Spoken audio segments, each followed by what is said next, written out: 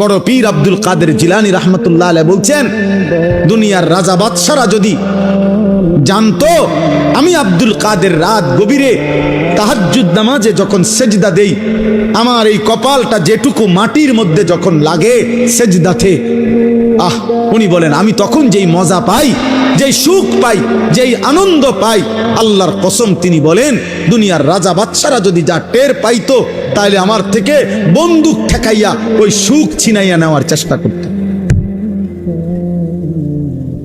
আলা বিযিকরিল্লাহি তাতমাইন্নুল কুলুব।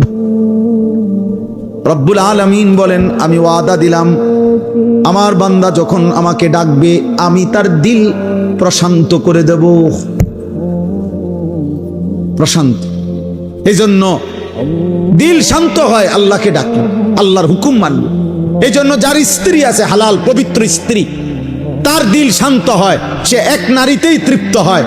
কিন্তু যেই হাইওয়ান, যেই চতুষ্পদ মানুষ নামের জানোয়ার রাত সারা রাত 10,000 না 10 লক্ষ নারীও যদি উলঙ্গ দেখে, সকালবেলা ঘুম থেকে উঠলেই আবার ওই জানোয়ার, ওই মানুষরূপী পশু আবার নারী দেখতে মন চায়,